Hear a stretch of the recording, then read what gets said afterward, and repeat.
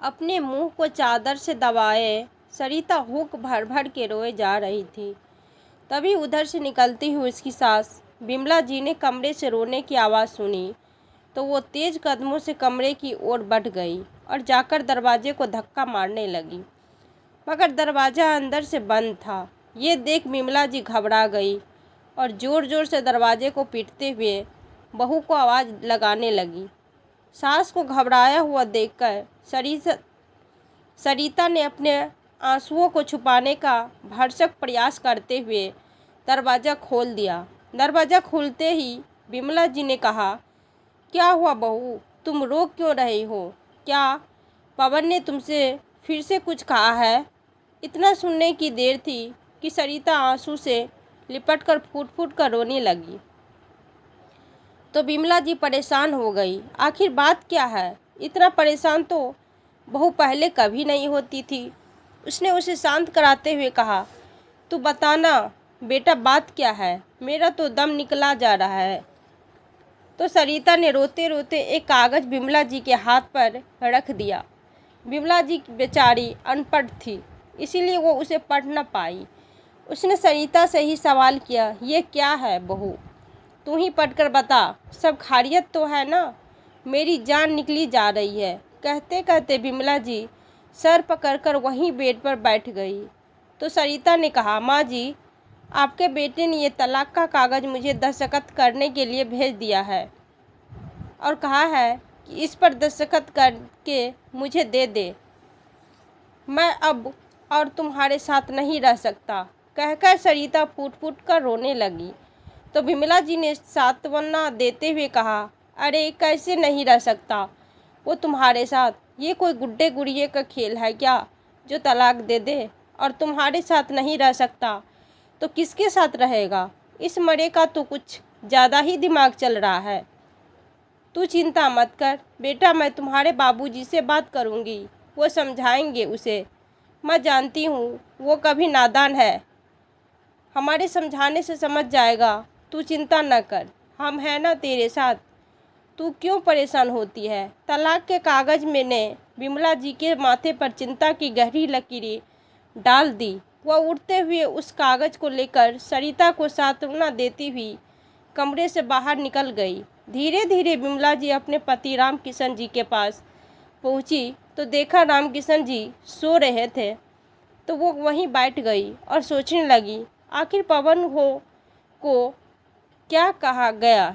ये ऐसी हरकतें क्यों कर रहा है? आने दे, आज शाम को मैं खुद ही उससे बात करती हूँ। भले घर के इंसान है, बहू के घर वाले और सरिता तो हम दोनों की जान है। जब से आई है कितना कुछ बदल दिया है। हमारे घर परिवार को कितना ख्याल रखती है हमारा, और देखने में भी तो बुरी नहीं है। ये सब बातें बिमला जी के दिमाग में चल ही रही थी कि तभी राम किशन जी उठ गए। उठकर देखा तो बड़ी चिंतित मुद्रा में बिमला जी उनके पैरों के पास हाथ में कागज़ लिए बैठी ही थी। अरे क्या हुआ भाग्यवान, तुम कब से बैठी हो? आराम ही कर लेती। राम किशन जी ने कहा तो बिमला जी परेशान होते हुए बोली, क्या आराम कर लूँ जी? मेरी ज़िंदगी में आराम कहाँ लिखा है? अब तो मरकर भी आराम मिलेगा। अरे आज तुम ये कैसी बहकी बहकी बातें करने लगी? मेरे तेरे दुश्मन मरे तेरे दुश्मन, तुम मरकर क्या मेरा बुढ़ापा खराब करोगी? तुम नहीं जानती, तुम्हारे बिना मैं 2 दिन भी नहीं जी पाऊँगा। खैर छोड़िए ये सब, तू ये बात बता, हाथ में क्या लिए बैठी है? दिखा तो बिमला जी ने कागज़ आगे बढ़ाते हुए चिंतित स्वर में कहा, बैठी क्या हूँ, अपने को कोस रही हूँ जो ऐसी औलाद को जन्म दिया। देखो आपका बेटा ये तलाक का कागज़ बहू को दस्तखत करने के लिए दे दिया गया है। तलाक?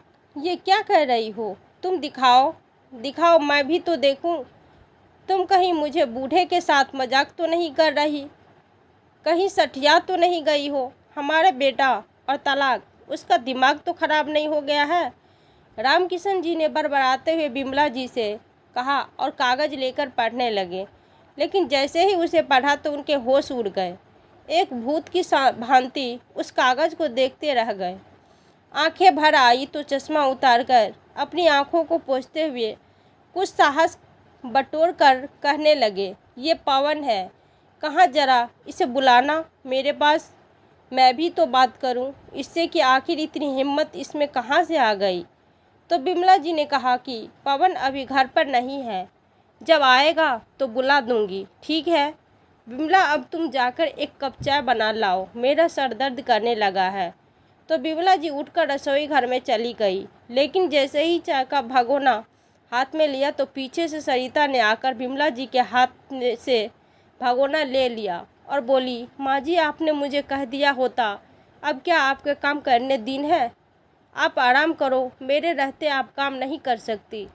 बहू की बात सुनकर बिमला जी की आंखें भर आई और उसे सीने से लगाते हुए बोली, जीती रह बेटा, भगवान ऐसी बहू सबको दे। कहकर बिमला जी बाहर आ गई और थोड़ी देर में सरिता अपने सास ससुर के लिए गर्म चाय लेकर बैठकर आई तो रामकिशन जी ने उसे टोकते हुए कहा, सरिता बेटा, ये सब क्या तूने मुझे पहले से कुछ क्यों नहीं बताया? तो सरिता ने बीच में ही टोकते हुए घूंघट की आड़ से कहा, बाबूजी आप चाय पी लीजिए और लेट जाइए, मैं आपके माथे पर बाम लगा देती हूँ। ये बातें बाद में कर लीजिएगा, पहले सेहत ज़रूरी है। तो रामकिशन जी ने चाय पीने लगे और सरिता बाम लेने के लिए अपने कमरे में चली गई।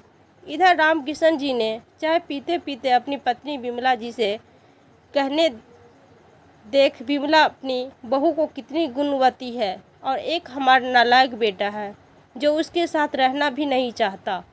ऐसे नालायकों की तो शादी ही नहीं करनी चाहिए। शाम हुई तो जैसे ही पवन ने घर में प्रवेश किया तो रामकिशन जी ने उसे आवाज़ लगाते हुए कहा, पवन इधर आना तो ज़रा, मुझे तुमसे कुछ ज़रूरी बातें करनी है। अपने पिता की आवाज़ सुनकर पवन सीधे बाबूजी के कमरे की ओर बढ़ गया और जाते ही बोला, जी बाबूजी, आपने मुझे बुलाया? तो रामकिशन जी ने उसे वो कागज़ दिखाते हुए कहा, ये क्या है? पवन उस कागज़ को देखते ही पवन चुप हो गया, कुछ नहीं बोला। तो रामकिशन जी ने कहा, देख पवन, हमारे खानदान में आज तक ऐसा नाटक नहीं हुआ जो तूने किया है। तुझे शर्म नहीं आई ये तलाकनामा बहू को देते हुए? ज़रा सोच, तेरे इस फैसले से हमारी समाज में क्या इज्जत रह जाएगी। और फिर तलाक देने का कोई कारण भी तो होना चाहिए कि मन में आया तभी कह दिया कि मुझे तलाक चाहिए। अगर शादी नहीं करनी थी तो पहले ही मना कर देता। अब इन बातों का कोई फ़ायदा नहीं। तभी बिमला जी बीच में बोली, पवन मेरे पास बैठ बेटा। देख बेटा, ये बहू नहीं साक्षात लक्ष्मी है। देख, हम तीनों का और इस घर की मान मर्यादा का पूरा ख्याल रखती है बेटा, इसीलिए तू क्यों हम दोनों का बुढ़ापा खराब करने पर तुला हुआ है। बेटा अगर कोई बात है तो मुझे बता, मैं बहू को समझा दूंगी, लेकिन बेटा ऐसा काम ना कर जिससे हमारी जग हंसाई हो जाएगी। पवन सब कुछ सुनता रहा और अंत में उठते हुए तेज आवाज़ में बोला, माँ मुझे सरिता के साथ नहीं रहना, अब उसे इस घर में नहीं देखना चाहता। मैंने तलाकनामा तैयार कर दिया, अब उसे इस घर पर साइन करने होंगे। तभी रामकिशन जी ने कहा, बेटा तलाक कोई वजह होती है, हम ऐसे ही किसी पर गलत आरोप कैसे मन देखो। पिताजी, सरिता मैंने शादी की है तो जब चाहूँ उसे तलाक दे सकता हूँ, इससे आप उसका पक्ष क्यों ले रहे हैं? पवन तेज आवाज़ में बोला। तो रामकिशन जी भी गुस्से से बोले, शाबाश बेटा, मैं उसका पक्ष ले रहा हूँ, सही कहा तूने। जो सही उसका पक्ष न लूँ और तुम गलत हो तो तेरा पक्ष सिर्फ इसीलिए लूँ कि तुम मेरा बेटा है। लेकिन अब तुम भी मेरी बात कान खोलकर सुन लो, सरिता अब इसी घर में रहेगी तो ठीक है पिताजी, आप उसे घर में रखें तो रखिए, लेकिन अब आप भी सुन लो, इस घर में मेरे मन की, मेरे सपनों की रानी पूजा ही आएगी। पवन तेज आवाज़ में बोला, अच्छा बेटा, अब समझ में आया कि हमारा बेटा किस मधुमक्खी के मीठे शहद के कारण इतने कड़वे शब्द बोल रहा है, तो तू भी सुन ले, हमारे रहते इस घर में ऐसा अनर्थ कभी नहीं होगा। कहते हुए रामकिशन जी ने उस तलाकनामों को फाड़ दिया तो गुस्से से लाल पीला पवन अपने बेडरूम में चला गया। वहाँ सरिता अकेली बैठी उन सभी की बातें सुन चुकी थी। उसने पवन से कहा, सुनो जी, आप माँ बाबूजी से क्यों झगड़ा कर रहे हैं? आपको मुझसे शिकायत है ना, तो मुझे भला बुरा कहिए। आपकी ऐसी बातों से उन्हें कितनी तकलीफ होगी, जरा ये तो सोचिए। वैसे भी आप उनके इकलौते लाडले बेटे हैं। ये सुनते ही पवन गुस्से से बोला, चुप रहो। जिन माँ बाप ने मुझे आज तक कभी बुरा भला नहीं कहा, उन्होंने आज मुझे तेरी वजह से कितना कुछ कह दिया। तूने ही उन्हें मेरे खिलाफ भरा है। लेकिन तू भी कान खोलकर सुन ले, मैं अब तुझे इस घर में एक पल भी नहीं रहने दूंगा।